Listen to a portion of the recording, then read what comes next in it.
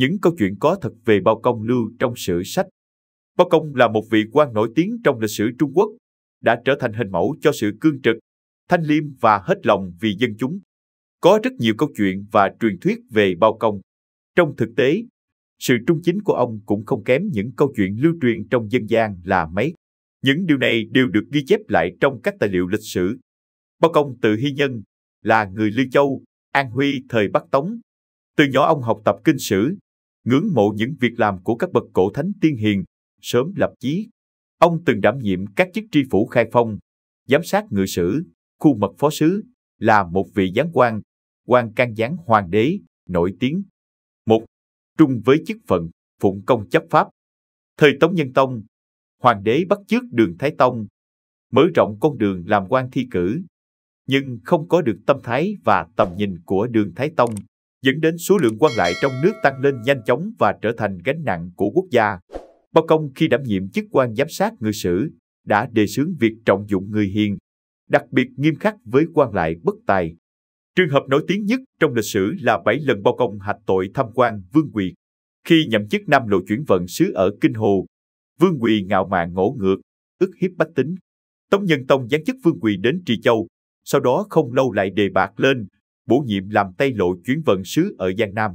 Bao Công nghe được tin tức bổ nhiệm này, lập tức dâng thư hạch tội rằng Vương Quỳ ở lần nhậm kỳ trước đã hạ khắc vơ vét, dân oán hận sục sôi, cần phải xử phạt nghiêm, không thể đề bạt trọng dụng. Thế là Tống Nhân Tông thay đổi, bổ nhiệm Vương Quỳ làm Hoài Nam chuyển vận sứ.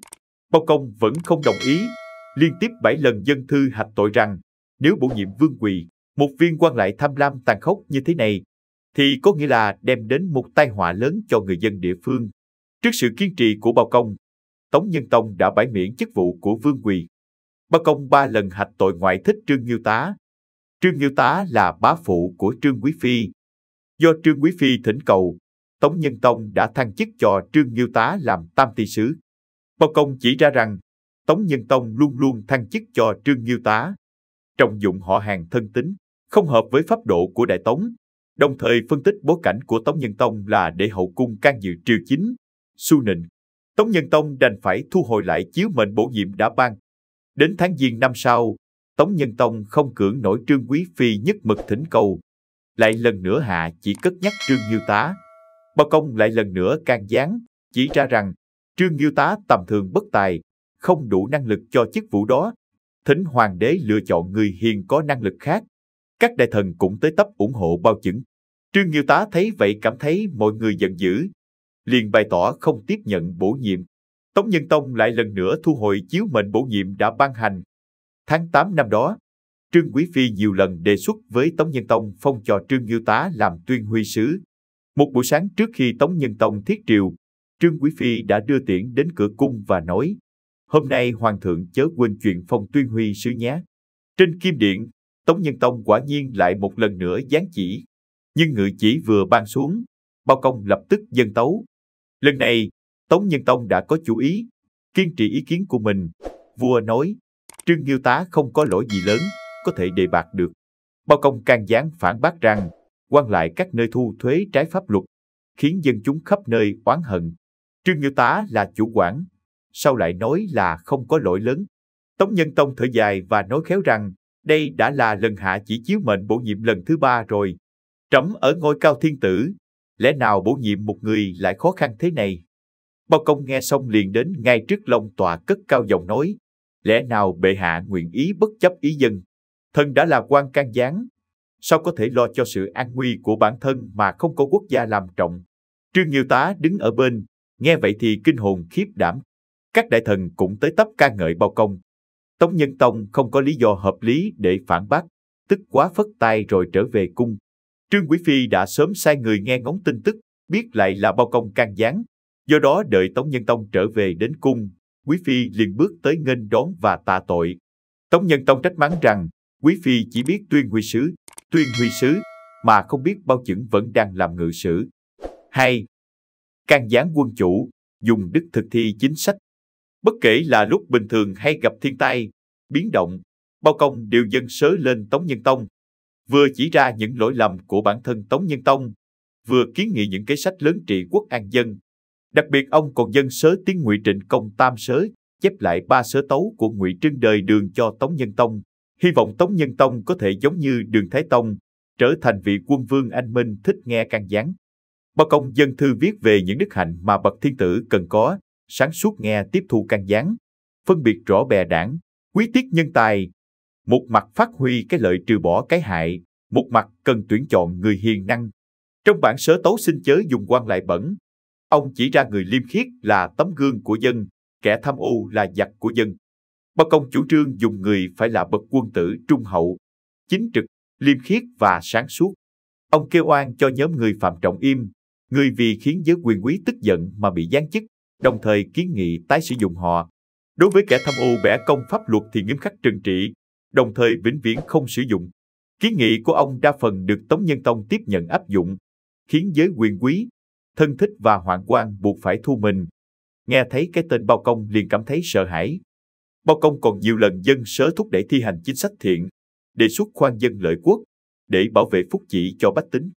Ông áp dụng một loạt biện pháp như nhẹ thuế khóa, khoan sức dân, cứu mất mùa đói kém, trị sửa hòa hoạn lũ lụt, phát triển giáo dục, đồng thời đốc thúc các lộ, các cơ quan hành chính làm trọn chức phận để mưu cầu phúc chỉ cho bách tính.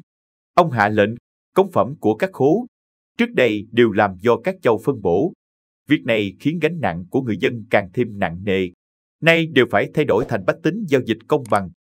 Bao Công yêu cầu Tống Nhân Tông ủng hộ các kho lúa tình nghĩa để cứu tế người dân bị thiên tai, để họ không phải ly tán lưu lạc. Đồng thời thực thi miễn thu thuế đối với những hộ dân thiếu nợ. Tống Nhân Tông tiếp thu kiến nghị của Bao Công, đã từng bổ nhiệm ông chuyên phụ trách xem xét miễn thuế cho thiên hạ. Kết quả một lần đã bãi bỏ nợ thuế các loại cho người dân là 1.200 vạn tiền. Sử sách có ghi chép về Bao Công rằng, những chức vị mà ông đảm nhiệm thường nghiêm khắc với quan lại và khoan dung với dân chúng. Hễ người nào làm thu, đa phần đều bị loại bỏ. 3. Một lòng vì dân, chính trực liêm khiết. Để ngăn chặn giới quyền quý tìm cách tiếp cận Bao Công để hối lộ, ông dứt khoát đoạn tuyệt thư từ qua lại cá nhân với những người quan tước cao, hiển đạt và thân bằng cố cựu. Có người đến nhờ vả, bất kể là quan tước cao, quyền quý hay là bạn bè thân thích, ông đều nhất loạt cự tuyệt. Nhưng ông lại mở rộng cửa quan phủ cho bách tính. Khi mới nhậm chức tri phủ Khai Phong, Bao Công vẫn theo chế độ quy định trước đây, tất cả khiếu nại không được trực tiếp đến quan thự. Sau đó Bảo Chẩn đặt ra quy định mới, mở rộng cổng chính quan phủ, tất cả khiếu nại đều có thể trực tiếp vào gặp quan, trực tiếp trực diện trần thuật sự tình vụ án, bất kỳ người nào cũng không được ngăn trở, cố ý gây khó khăn, trừ bỏ những quan lại gian dối. Thế là xuất hiện cục diện người khiếu kiện đến trình bày uẩn khúc, quan lại không dám lừa gạt. Thị phi phân biệt rõ ràng. Bao Công nghiêm khắc kỷ luật bản thân, sống tiết kiệm, đơn giản chất phác, ăn uống, đồ dùng đơn sơ như áo vải. Câu chuyện ông trở về không cầm vật nào dù nhỏ như nghiêng mực được lưu truyền rộng rãi khi ông làm tri phủ Đoan Châu. Đây là vùng nổi tiếng thiên hạ với đặc sản nghiêng mực. Giới quyền quý, đại thần, học sĩ đương thời đều coi trong nhà có mấy nghiêng mực Đoan Châu là niềm vinh hạnh. Nhưng Bao Chẩn cho đến tận khi mãn nhiệm, rời Đoan Châu cũng không có đem theo một chiếc nghiêng mực Đoan Châu nào. Còn dân gian tương truyền rằng sau khi Bao Công mãn nhiệm, hàng vạn người già trẻ trai gái Đoan Châu đều ra bến cảng đưa tiễn, khắp các ngõ phố không một bóng người. Họ đem theo đồ tặng, Bao Công đều cảm ơn và từ chối. Có người đem một chiếc nghiêng mực Đoan Châu thượng đẳng nhất, dùng vải vàng gói lại rồi lặng lẽ để ở trong khoang thuyền, nghĩ rằng đến khi Bao Công đến nơi phát hiện ra thì cũng sẽ nhận. Không lâu sau, thuyền của Bao Công đến Linh Dương Hiệp. Thời tiết vốn gió nhẹ nắng đẹp, lúc này lại có mây đen nổi lên, sóng lớn không ngừng, dường như con thuyền sắp bị sóng đánh chìm đến nơi rồi. Bao Công hạ lệnh dừng thuyền, tự thấy làm lạ, Bao Chẩn ta ở Đoan Châu thanh đạm như nước, làm sao khiến ông trời nổi giận như thế này. Thế là Bao Công lệnh cho người kiểm tra hành lý, quả nhiên phát hiện ra một chiếc nghiêng Đoan Châu. Bao Chẩn ném chiếc nghiêng xuống sông. Nghiêng vừa chìm thì lập tức gió lặng sóng yên, mây tan mặt trời lại ló ra. Sau đó, ở chỗ nghiêng mực chìm nổi lên một gò cát. Tấm vải vàng gói nghiêng mực thuận theo dòng nước chảy, sau này trở thành bãi cát. Đây chính là Nghiễn Châu, bãi cát vải vàng hoặc bãi cát nghiêng mực trong truyền thuyết. Cả cuộc đời Bao Công quang minh lỗi lạc, không a vua, không nói lời giả tạo để làm vui lòng người, không yêu mẫu ô sa, chỉ yêu dân, được người đời ngưỡng mộ, già trẻ trai gái đều biết tiếng. Video chúng tôi đến đây là kết thúc. Cảm ơn tất cả các bạn đã quan tâm tới xe hay V88 và theo dõi video của chúng tôi. Đừng quên like, share và đăng ký kênh. Đặc biệt đừng quên bật chuông để theo dõi những video khác nhanh nhất. Một lần nữa xin cảm ơn tất cả các bạn.